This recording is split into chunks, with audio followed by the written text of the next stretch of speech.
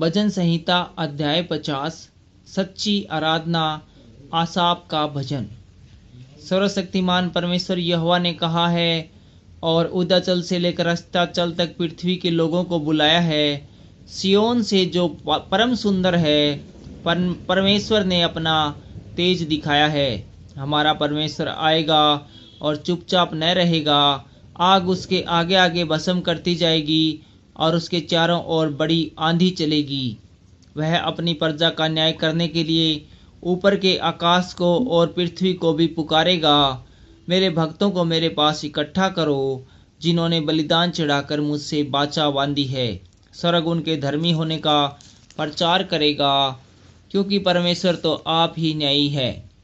हे मेरी प्रजा, सुन, मैं बोलता हूँ, और हे इज़राइल, मैं तेरे विषय साक्षी देता हूँ। परमेश्वर मैं ही हूँ। मैं तुझ पर तेरे मेल बलियों के विषय में दोष नहीं लगाता। तेरे होम बलि तो नित्य मेरे लिए चढ़ते हैं। मैं न तो तेरे घर से बैल और न तेरे पशुशाला से बकरे लूँगा, क्योंकि वन के सारे जीव जंतु और हजारों पहाड़ों के जानवर मेरे ही है। पहाड़ों के सब पक्षियों को मैं जानता हूँ, और मैदान पर चलने फिरने वाले जानवर मेरे ही हैं।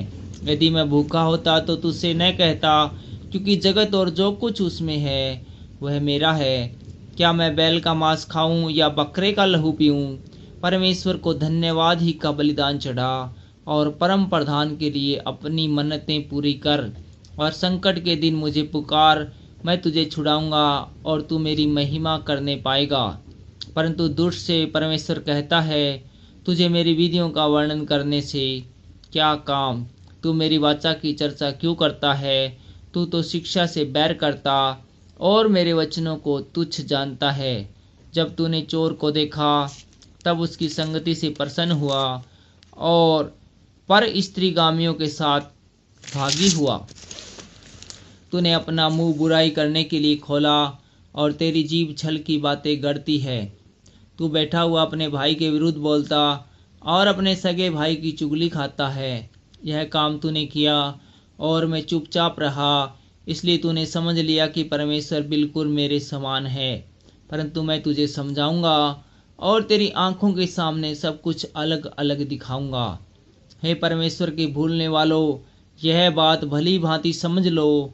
कहीं ऐसा न हो कि मैं तुम्हें फाड़ डालूं और कोई छुड़ाने वाला न हो। धन्यवाद के बलिदान का चढ़ाने वाला मेरी महिमा करता है, और जो अपना चरित्र उत्तम रखता है उसको मैं परमेश्वर का किया हुआ उद्धार दिखाऊंगा।